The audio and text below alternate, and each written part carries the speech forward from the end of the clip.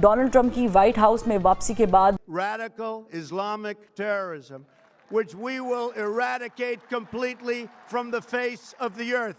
বাংলাদেশের অভ্যন্তরে উল্লেখযোগ্যভাবে কমেছে ভারতের প্রভাব। তবে ধারণা করা হচ্ছে ডোনাল্ড ট্রাম্পের শপথ নেয়ার পর ভারত আবারও বাংলাদেশে প্রভাব খাটানোর চেষ্টা করতে পারে। मोदी साहब को स्नैप करना कोई आसान काम नहीं है। ट्रंप ने जो अपने स्पीच में बोला है regarding fundamentalist and Islamist terrorism, उसके तहत बांग्लादेश के ऊपर मुझे लगता है कि अब काफ़ी स्ट्रॉन्ग हैंडल हो सकता है यूएस का। लेकिन हम हैरान हैं कि अमेरिका के जो सदर हैं वो ये गुफ्तगू कर रहे हैं, यानी फिर हम तो किसी खेत की मूली ही नहीं है। बांग्लादेश का यूनुस बहुत घबराया हुआ है। जैसे जैसे डोनाल्ड ट्रंप आ गया वापस, अब गद्दी पे अपनी बैठ चुका है। यूनुस को पता है कि उसके दिन अब नंबर होने वाले हैं और बहुत बुरे हाल उसके होने वाले हैं। हमारे साउथ एशिया में भारत के अलावा किसी और को नहीं बुलाया गया।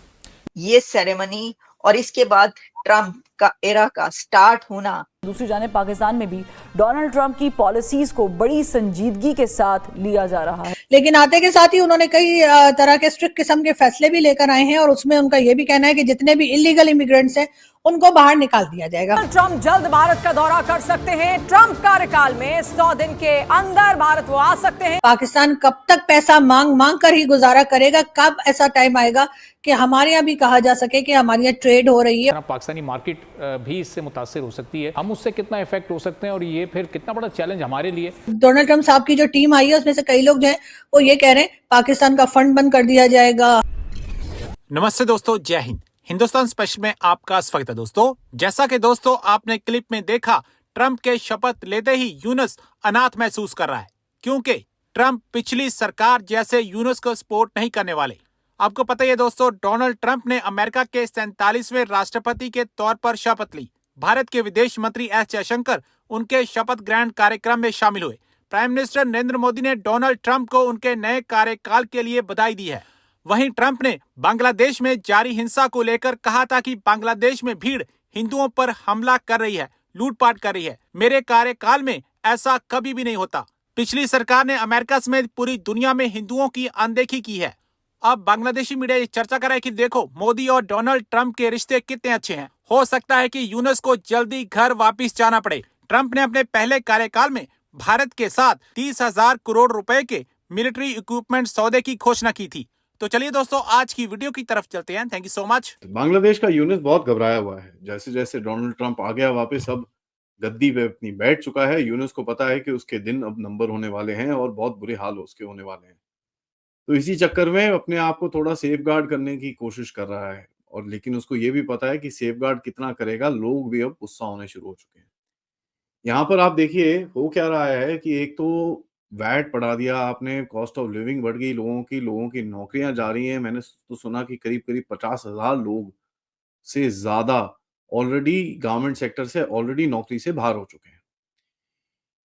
और जो डिफरेंट गुट हैं स्टूडेंट्स के, वो अब उठ के खड़े हो रहे हैं और वो इनके अगेंस्ट में प्रोटेस्ट करने की कोशिशें कर रहे हैं और कई तो सक्सेसफुल भी हो रहे हैं।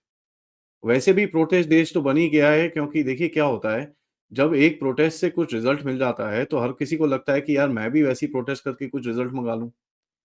हर चीज के लिए बांग्लादेश में आजकल प्रोटेस्ट हो जाता है, और स्टूडेंट्स का तो ऐसा है वहां पर कि भाई जो चीज उनको पसंद नहीं आती उसके अगेंस्ट में वो प्रोटेस्ट करके अपना गेम खेल देते हैं। लेकिन चक्कर ये भी है, स्टूडेंट्स भी बेवकूफ नहीं है। अभी कई स्टूडेंट्स को ये भी दिख रहा है कि यार ये यूनिस और उसके जो ये इतने बड़े जो सो कॉल्ड हमारे कोऑर्डिनेटर हैं स्टूडेंट के, ये लोग अपने फॉरेन वीजा लगा के बैठे हुए हैं। अगर कुछ गड़बड़ होती है सारे भाग जाएंगे और हमको यहाँ पर छोड़ देंगे। अब कई लोग तो ये भी डर रहे हैं कि यार हमने कुछ उल्टे सीधे काम बीएनपी के साथ भी करे और अवामी लीग के साथ भी करे, कल को अगर ये दोनों वापस आ गए तो हमारा क्या होगा। तो ये भी चीजें हो रही हैं। कल इसी बात पे देखिए स्टूडेंट से थोड़ा इनको भी डर लगना शुरू हो गया, क्योंकि ये कॉन्वर्सेशन शुरू हो चुकी है। ठीक है, मॉनिटरिंग एंड इवैल्यूएशन विंग जो है the so called Bangladeshi government का, उसने कल एक मेमोरेंडम निकाला है। ठीक है, एंड मेमोरेंडम का नंबर शंबर चाहिए तो मैं सब कुछ दे सकता हूं आपको। मोहम्मद अब्दुल रमानी डायरेक्टर जो है उन्होंने साइन करा है, और ये कल मतलब सामने आया, ये 2 तारीख को किया था। तो सिचुएशन इज इवन वर्स। ये मेमोरेंडम कहता है कि भाई गवर्नमेंट के अगेंस्ट में बड़ा डिसइंफॉर्मेशन आ रहा है और हम एक्शन लेने की सोच रहे हैं। और हमको ये भी पता चल रहा है कि बहुत सारा डिसइंफॉर्मेशन स्टूडेंट्स की तरफ से आ रहा है, और यहाँ पर बड़ा सबको रिक्वेस्टेड है कि जितने भी एजुकेशन इंस्टीट्यूट्स हैं अपने स्टूडेंट को बता दीजिए कि भाई क्रिटिसिज्म करना बिल्कुल भी मना बात है। करेंगे डोनाल्ड ट्रंप साहब की। डोनाल्ड ट्रंप साहब, जैसा कि आप सब जानते ही हैं कि अब वो आ चुके हैं और as a president of US उन्होंने ओथ भी ले लिया है, लेकिन आते के साथ ही उन्होंने कई तरह के स्ट्रिक्ट किस्म के फैसले भी लेकर आए हैं और उसमें उनका ये भी कहना है कि जितने भी इलीगल इमिग्रेंट्स हैं उनको बाहर निकाल दिया जाएगा। बाकी कंट्रीज का तो पता नहीं, लेकिन पाकिस्तानी उनके हाथ नहीं आने, और पाकिस्तानियों ने अभी से कोई जुगाड़ कर लिया होगा, और उस वजह से मुझे लग रहा है कि डोनाल्ड ट्रंप जो है ना, उनको पाकिस्तानी जो बाहर निकालने में नाकाम हो जाएंगे, लेकिन बहरहाल बाकी कंट्रीज के बारे में कुछ कहा नहीं जा सकता है।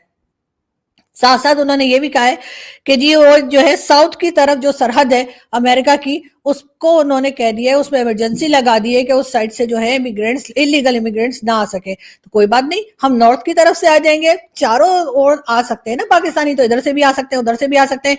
तो अगर आपने एक साइड बंद कर दी है तो कोई बात नहीं, तो 100 दरवाजे और खुले, पाकिस्तानी वहां से आ जाएंगे। लेकिन ये जरूर है कि अब हमारे पाकिस्तानी थोड़े से परेशान जरूर होंगे कि कहीं ऐसा ना हो कि उनकी बारी आ जाए और पता लगे कि सब फ्लाइट पे बिठा बिठा के उनके घर पे भेजा जा रहा है। कहा तो वैसे ट्रंप साहब ने यही है कि जी बहुत जल्द जो है वो जितने भी इलीगल इमिग्रेंट्स हैं उनको बाहर निकाल देंगे। लेकिन खैर है, अगर इनमें इतना दम होता तो इलीगल इमिग्रेंट्स अंदर जाते ही कैसे? आपको पहले ही पता है कि अमेरिका वाले जो है ना, ये वैसे ही धमकियां लगाते रहते हैं, हमने इनको कभी सीरियस नहीं लिया। ये हमेशा हमें यही कहते हैं हम फंड बंद कर देंगे। अभी भी इनके जो डोनाल्ड ट्रंप साहब की जो टीम आई है उसमें से कई लोग जो हैं वो ये कह रहे हैं पाकिस्तान का फंड बंद कर दिया जाएगा, हम पाकिस्तान को देख लेंगे, पाकिस्तान को और मजीद पैसा नहीं मिलेगा, पाकिस्तान को ये करना होगा, पाकिस्तान को वो करना होगा। अरे यार, इन्होंने ये भी बोला डोनाल्ड ट्रंप साहब ने कि पाकिस्तान ने हमें बेवकूफ बनाया, यानी 20 साल हमें बेवकूफ बनाते रहे, इनको आज पता लगा है। यानी इतने टाइम तक ये बेवकूफ बनते रहे उधर अफगानिस्तान वॉर के अंदर, और इनको खबर ना हुई। वैसे तो बहुत बड़े सुपर पावर बनते, लेकिन खैर हमने जितने भी लोग सुपर पावर हैं, यानी कि 2 कंट्रीज को खास तौर पे, एक तो आप जानते हैं कि अमेरिका, दूसरी चाइना। चाइना भी अपने आप को बहुत बड़ी तोप समझते हैं, उनका भी यही ख्याल है, चाइनीज प्रेसिडेंट का भी, कि जी हम अगले जो सुपर पावर है वो चाइना बन सकता है। लेकिन आप देख लीजिए, हमने अमेरिका की इकोनॉमी को भी जो है वो खराब कर दिया है उनसे पैसे ले लेकर, और उसके बाद भी, यानी जिसे कहते हैं ना, खराब इकोनॉमी के बावजूद इस वक्त भी $20 बिलियन जो है उन्होंने कहा है कि पाकिस्तान को देंगे नेक्स्ट 10 इयर्स में।